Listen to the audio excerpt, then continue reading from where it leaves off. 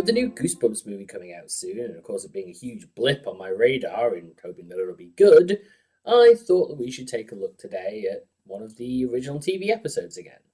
So today we're looking at Piano Lessons Can Be Murder. We open on Jerry, a highly imaginative boy whose family has just moved into a new house. Which I've got to admit, for an episode of Goosebumps, is kind of like saying a Stephen King story opens in Maine. I've got to admit, at this point, I'm amazed that an entire generation of kids went terrified whenever they moved. Jerry's exploring of the basement leads to a shocking discovery.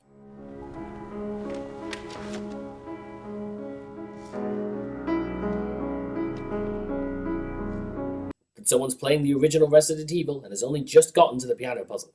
And it looks like another child to be placed on the Miyazaki syndrome list. Really is catching on, isn't it? In perhaps the quickest supernatural going on in a Goosebumps episode ever, a ghost appears behind Jerry, but he doesn't notice. Although I would bet she's just wondering why he has a colander on his head. After the obligatory child tells an adult something, but they don't believe him, we get... a piano playing by itself? He's living in a fantasy land. He has an active imagination. You know, most kids are out playing sports. They're making friends. Our son talks to himself. Is that normal? He's an asshole. Moving on, we meet Kim, whose name is only ever mentioned once, because she has very little to do with the episode, since she only appears again at the end, where she's just a sounding board for the episode to wrap things up. It actually would seem the only reason she's in this episode is to simply deliver one line. There was an old piano in the basement. A piano teacher used to live there. It must have been hers. And even then, that line could have easily been delivered by another character and not her. But there is another reason why she's in this episode. Hey, do you play? Maybe we can jam together. Jam? Sure. Actually, I'm not very good. I just started taking lessons. That's right, it's to force the plot into motion. Because it's not like the musical Ghost could have done that either. Though, doing a bit of research into the original story, it's Jerry's parents who get him to take lessons due to his constant ghostly experience with the piano being mistaken for interest. And Kim is meant to be the character who tips him off that the music school he ends up attending has something strange going on. Also in the original story, Kim is Asian and not black. Do with that what you will. I choose to do this with it. Nobody's Asian in the movies, nobody's Asian on TV. If there is a part there for us, it's the groupie in the chorus, that's me. That night, the ghost appears again, and I swear by the end of this episode you'll end up hating the Moonlight Sonata, and tries to warn Jerry to stay away. Which actually really doesn't make sense, either in the ending here, or the ending for the books. The next day, Jerry is taken to an obviously abandoned warehouse where he'll be murdered. I mean his music school, and meets Dr. Shriek. Can I help you? I was just trying to see who's playing in there. Hi, I'm Adele Hawkins. This is my son, Jerry. Ah, Mr. Hawkins. I'm Dr. Shriek. What the hell is Santa doing teaching the piano?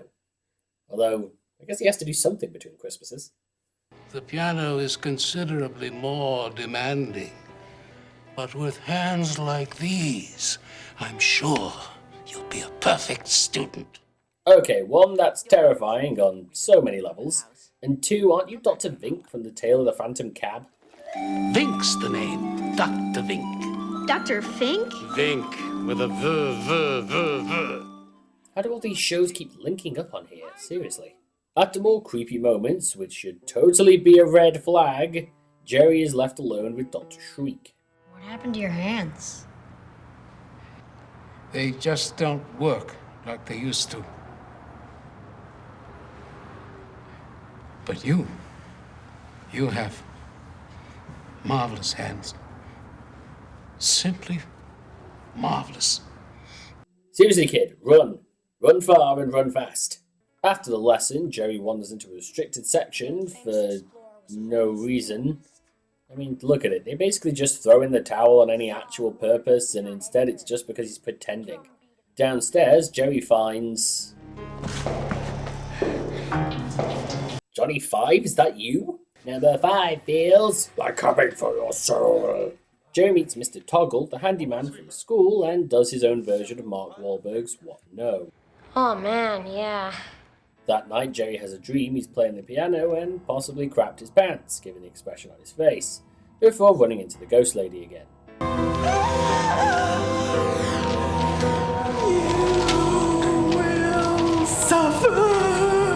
Lady, I'm already suffering. I could be watching Werewolf and Fever Swamp right now instead of this episode.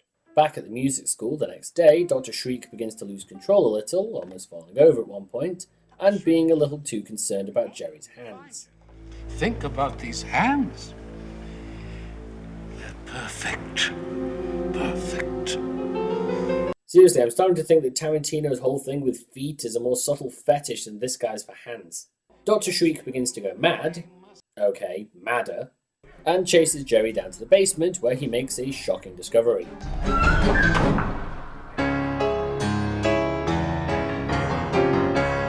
It's a bunch of pianos all playing at the same time, and yet sound is only coming out of them one at a time. That defies the laws of physics. Seriously, entering that room should have been like getting hit with a concussive wall of sound. Mr. Toggle saves Jerry from Dr. Shriek, only to learn that Shriek is a robot, and that Toggle is the one who has an interest in his hands. I need your hands, Jerry. You're nuts! Why do you need my hands? To make beautiful music. Hands are just too hard to build. Too many moving parts. So wait, you can build an entirely fully functioning robot that can perfectly pass for human, and has a human personality, but you can't build hands. That's what I said. Luckily for Jerry, the ghost lady was playing hitchhiker and comes to his rescue.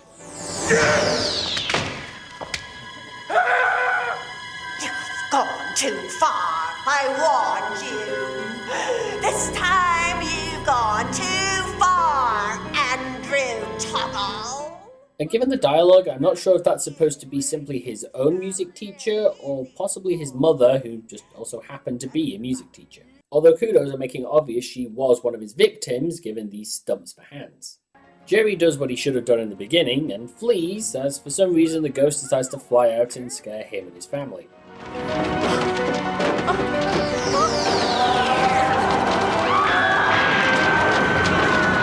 Which I have no explanation for in the slightest. Kim reappears as Jerry sounds out his parents' reaction and gives the same line from the books. Good hands. Which has neither the impact or reaction from Jerry to really sell it. As we see Toggle suffering, having to play the piano forever and ever, ending the episode. So what did I think? Well, this episode kind of sucks. I don't want to rag on what's still a classic kids show from the 90s, but this is certainly a weaker episode from the series as a whole. The villain is weak, the plot is forced a little too much, and any kind of horror or suspense feels drained out of it. Even the reveal at the end feels half-baked. Especially given the fact that the ghost was obviously seeking revenge, so why would she want him to stay away from the school when she needed Jerry to go there so she could follow and punish Toggle? And why not have her be the reason Jerry becomes fixated on the piano in the first place, instead of him lying to try and impress a girl when nothing comes of it anyway? While I know people will cringe when I say this, it does need to be said. They shouldn't have changed it from the book. The original builds things up, and having Jerry actually have an interest in the piano has Jerry become suspicious about the school after talking to Kim, and actively try to quit and leave, only to have Shriek go mental leading to the end. Because the end of the book is far better. In the book, it's a ghost girl with bloody stumps who tries to warn Jerry. Of course, she can't do the bloody stumps, but just a girl of a similar age with stumps would be scary enough. And the end has her and every spirit whose hands Toggle has taken grab Toggle and take him away to never be seen again. It works far better than just him having to play the piano. It's a punishment that fits the crime that is truly brutal in nature. Though I do wonder how he's been getting away with all of it for so long, but it's one of those things you tend to overlook in a Goosebumps book, because they were just meant to get kids to read, not actually be read and analysed. So this episode might need a little bit more practice before it's ready to play for the public, but for now, I've been Tyas, this has been Tyas Looks At, and I'll see you next time.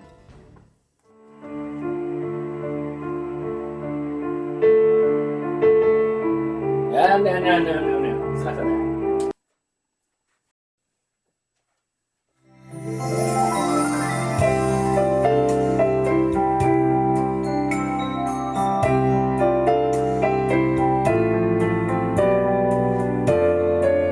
Oh, that can't be good.